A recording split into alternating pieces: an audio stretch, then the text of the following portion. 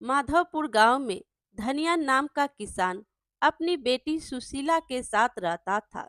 पर सुशीला के सर पर बाल नहीं थे। एक दिन सुशीला अपने खेतों से घर की ओर जा रही थी, तो रास्ते में दो लड़कियां बैठी होती हैं। तो कहती हैं, वह देखो, नाम सुशीला है ना? जैसा नाम वैसा ही इसका सिर भी चांद की रोशनी की तरह झिलमिला रहा है। फिर वह दोनों उसे पुकारती हैं, ए सुशीला, कहाँ जा रही हो? तो वह बेचारी कुछ नहीं बोलती और आगे चलती है। तो वह लोग फिर से कहते हैं, सुशीला नहीं करती कोई से बात, और गंजा है उसका सिर। ऐसा कहकर उसे चिढ़ाते हैं। उधर सुशीला के पिता खेतों में काम करते हैं। तभी एक गांव का व्यक्ति आता है और कहता है, धनिया, ओ धनिया, इस बार कौन सी फसल उगाओगे बेटा? फिर धनिया कहता है, बैगन। तो व्यक्ति कहता, अच्छा, तो इस बार बैगन फरेंगे तुम्हारे यहाँ? वह व्यक्ति इसीलिए कहता है क्योंकि उनके खेतों में कोई भी फसल होती ही नहीं थी। वह हर बार कोई कोई चीज उगाते थे, लेकिन उगकर सूख जाती थी। फिर धनिया कहता है, कोशिश तो कर ही रहा हूँ काका। फिर कहते हैं, बढ़िया बढ़िया है, अपनी कोशिश में कमी मत छोड़ना। पता है, तुम्हारे पूर्वज अपने समय में घी की कारोबारी किया करते थे, पर तुमने तो वह घी बनाना भी नहीं सीखा, क्यों? फिर धनिया कहता है, छी, सब किस्मत है काका, किस्मत। पिताजी ने कहा, पढ़ाई लिखाई करो। फिर अचानक ही स्वर्ग सिधार गए। फिर परिवार की जिम्मेदारी कंधों पर आ गई। फिर न मैं पढ़ाई पूरी कर पाया, न ही घी बनाना सीख पाया। बाप दादा के बनाए पुराने घी किसी तरह दवा बनाने के लिए वैद को बेचकर बस अपना काम चला रहा हूँ। तो काका कहते हैं, वो सब तो पता ही है, पर बाप दादा का घी बेचकर पूरी जिंदगी तो नहीं बिता सकते ना बेटा। तो धनिया कहता है, जानता हूँ काका, इसीलिए तो कड़ी मेहनत कर रहा हूँ। पिछले बार मैंने धान की खेती की थी, पर सूखे के कारण पूरा खेत सूख गया। उसके बाद चना हुआ तो अंकुरित होते ही रह गया। तो काका कहते हैं, इसीलिए इस बार बैगन देखो, शायद यह बैगन तुम्हारी किस्मत को बदल दे। चलता हूँ, लेकिन तू अपनी किस्मत मत हारना, कोशिश जारी रखना, और हो सके तो अपनी बेटी को जरा डॉक्टर या वैद्य को दिखा दो। फिर धनिया कहता है, क्या करूं काका, इतनी बड़ी बीमारी के बाद उसके सारे बाल गिर गए हैं। तो काका कहता है, सही, तुम्हारी फसल की तरह, और हंसने लगते हैं। काका के जाने के बाद धनिया कहता है, पता नहीं अपनी बेटी की शादी कैसे कर पाऊंगा। इतना कहकर वह खेत के काम में लग जाता है। तभी उधर से वैद्य जी आते हैं।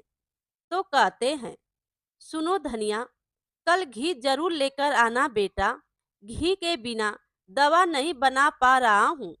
फिर धनिया कहता है, जी वैद्य काका, कल सुबह ही लेता आऊंगा। फिर शाम को जब धनिया घर पहुंचता है, तो उसकी बेटी उदास घर के बाहर बैठी होती है। तो धनिया कहता है, क्या हुआ बेटी, ऐसे उदास क्यों बैठी हो?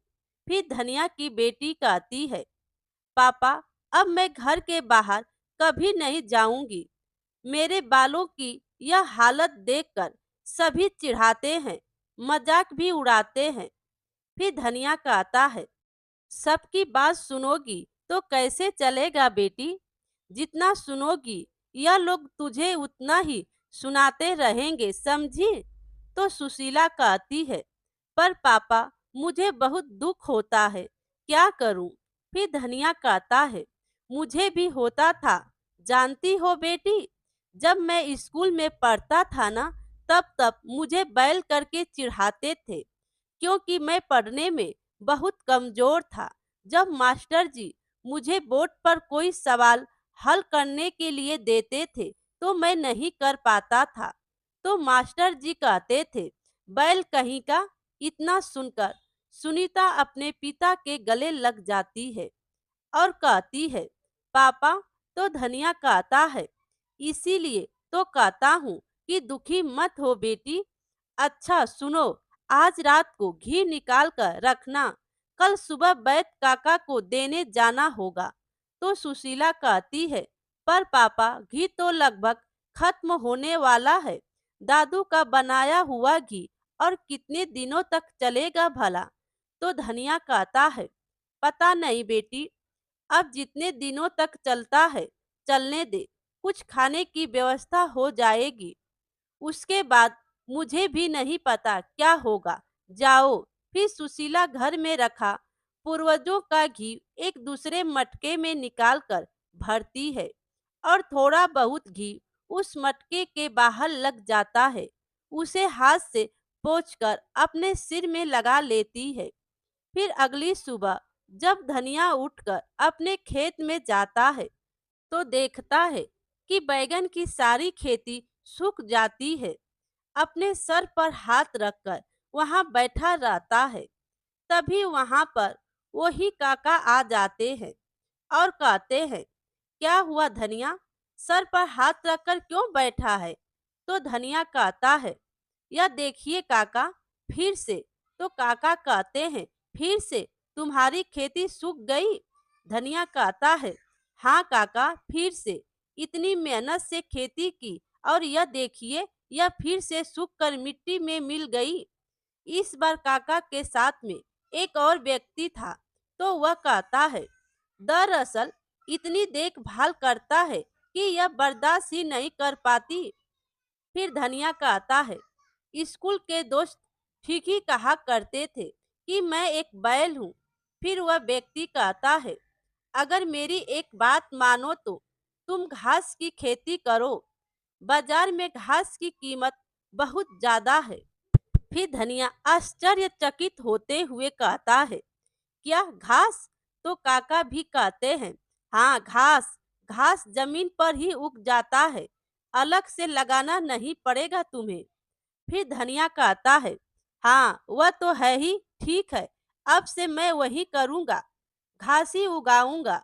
फिर जो साथ में व्यक्ति रहता है वह कहता है, हाँ अब जो पैदावार होगी उसे बेच देना और थोड़ा खा भी लेना। फिर धनिया चिढ़ाते हुए कहता है, हाँ सही कह रहा है, सच में मैं एक बैल ही हूँ। अभी तो यह घास छोटे हैं, देखता हूँ कब बड़ी होती है, तब हम बाप बेटी मिलकर यह खाएंगे। हाँ।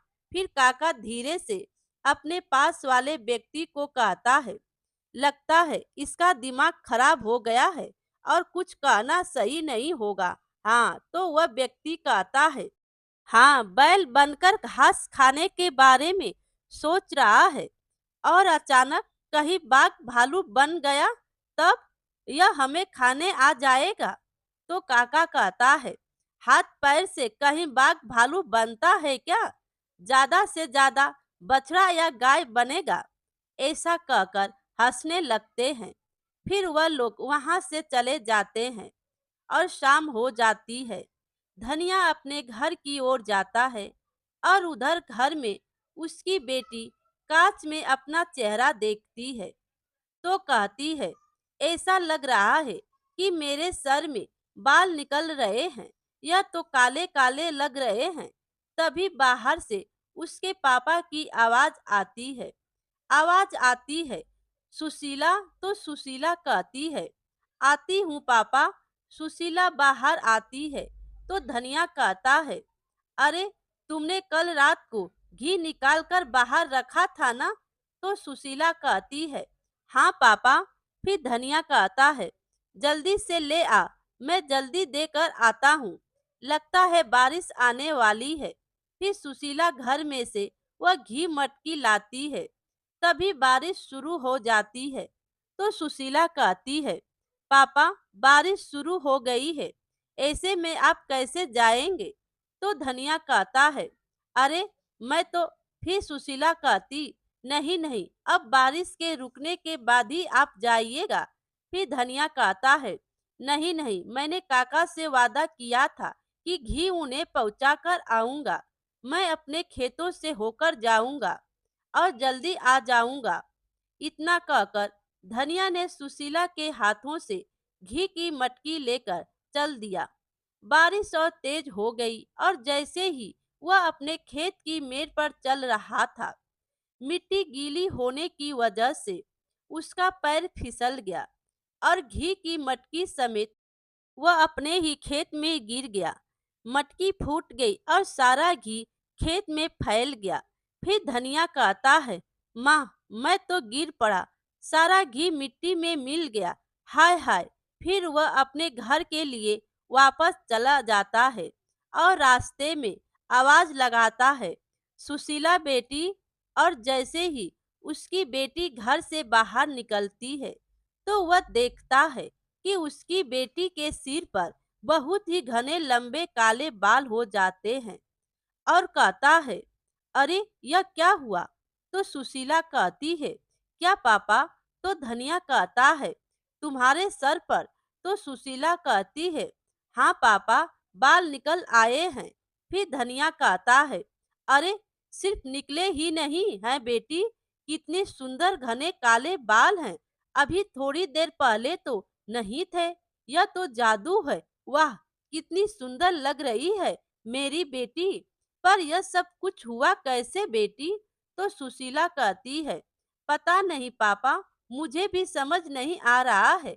फिर सुशीला कहती है, पर आप तो पूरे मिट्टी मिट्टी में हो गए हैं, यह हुआ कैसे? फिर धनिया कहता है, वह मैं गिर गया था बेटी। तो सुशीला कहती है, क्या आपको कहीं लगा तो नहीं? तो धनिया कहता है, अरे नहीं नहीं, पर घी अपने पूरे खेत में फैल गया, अब क्या होगा पता नहीं, अब जो होगा देखा जाएगा। फिर सुशीला कहती है, इसमें फिक्र करने की क्या बात है पापा, मैं फिर से घी निकाल देती हूँ, आप वैद्य काका को दे आइए। फिर धनिया कहता है, हाँ चल दे दे, बारिश भी रुक गई है, मैं अभी दौड़ कर जाता हूँ और दे आता हूँ। फिर सुशीला घर में से घी लाकर दे देती है। फिर धनिया उस वैद्य जी के घर पहुंचा देता है। अगली सुबह जब सुशीला अपने घर से बाहर निकलती है, तो वही लड़कियां जो सुशीला को चिढ़ाती थी, सुशीला को देखकर कहती हैं, अरे बाप रे, सुशीला के सर पर इतने सारे काले घने बाल। फिर दूसरी लड़की कहती है, पर यह सब हुआ कैसे? हाँ, तो वह कहती है, क्या पता, काश हमारे बाल भी इतनी सुंदर होते। और उसी दिन माधवपुर में शहर से एक व्यक्ति आता है और वह कहता है, कैसे भी करके मुझे अच्छे घास का पता लगाना ही होगा। क्या करूं, कितना गांव-गांव घूमा हूं, मैं अब घास की खेती करता ही कौन है, अब मेरा धंधा चौपट ही हो जाएगा। इतना वह अपने आप से बातें कर ही रहा था, तभी उसे एक घास का खेत दिख गया और अपने ड्राइवर को कहता है, रुको रुको, गाड़ी रुको। गाड़ी से नीचे उतर कर कहता है, वाह वाह, ऐसी घास तो मैंने कभी नहीं देखी। तभी गांव की तरफ से वही काका आते होते हैं। तो वह व्यक्ति कहता है, ए सुनिए मिस्टर, क्या आप बता सकते हैं कि इस घास के खेत का मालिक कौन है? तो वो काका कहते हैं, अरे हाँ जी, हाँ, हमारा धनिया है। क्यों भाई? लैंडस्केपिंग के लिए विदेश में घास की बहुत मांग है।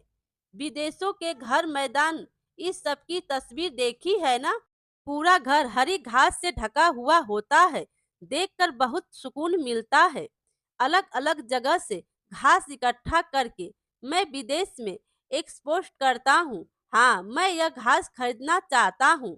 तभी धनिया अपने खेत पर आ जाता है और अपने खेत में बहुत बड़ी बड़ी घास को देखकर कहता है, अरे यह क्या, यह इतनी सारी घास कहाँ से आ गई? तो काका कहते हैं, यह रहा इस खेत का मालिक। तो व्यक्ति धनिया से कहता है, यह खेत आपका है? फिर धनिया कहता है, जी हाँ, क्या आप यह घास खरीदेंगे? तो वह व्यक्ति कहता है, मुझे सिर्फ इतना बताइए कि यह जमीन, यह घास आपकी है? तो धनिया कहता है, हाँ जमीन मेरी है। तो वह व्यक्ति कहता है, तो फिर घास देखकर इतना चौंक क्यों रहे थे आप? अरे, आपने तो जादू कर दिया है महाशय। इतना सुंदर घास मैंने आज तक नहीं देखा। मैं आपसे यह घास खरीदना चाहता हूँ। सिर्फ एक दिन के लिए नहीं, मैं हमेशा के लिए खरीदना चाहता हूँ। ठीक है। इतना सुनते ही सबके चेहरे एकदम आश्चर्य में पड़ जाते हैं। फिर वह व्यक्ति अपनी जेब से कुछ रुपए निकालकर धनिया को दे देता है। यह लीजिए, मैं कुछ एडवांस रुपए देकर जाता हूँ और बाकी बचा हिसाब बाद में होगा। पकड़िए। धनिया के हाथ में रुपयों का बंडल देखकर काका कहता है, हाँ, इतने रुपए? फिर वह व्यक्ति कहता है, सुनिए सुनिए, आज से आप मेरे लिए घास की खेती करेंगे, ठीक है ना? और मेरे लोग आकर सारा घास ले जाएंगे। तो धनिया कहता है, जी हाँ, ऐसा ही होगा। फिर काका मन में कहता है, अरे बाप रे, यह बैल तो अब बहुत रुपयों का मालिक बन गया। फिर धनिया घर जाता है और कहता है, अरे बेटी, कहाँ हो तुम? यह देखो, रुपए दिखाते हुए घास बिक्री के रुपए एक रात में ही, पता नहीं वह घास इतनी सुंदर और बड़े हो गए हैं। मैं तो कुछ समझ ही नहीं पा रहा हूँ।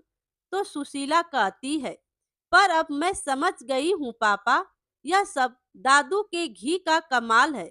सर पर घी लगाकर जैसे मेरे काले घने बाल उग गए हैं, वैसे आपकी घास भी हरा और घने हो गए हैं पापा। फिर धनिया कहता है, हाँ, तूने बिल्कुल सही कहा। इसका मतलब जमीन में घी मिल जाने पर। अच्छा, यह बात है। यह बात तो मेरे दिमाग में आई ही नहीं। फिर सुशीला कहती है, पापा, सही कहा ना मैंने?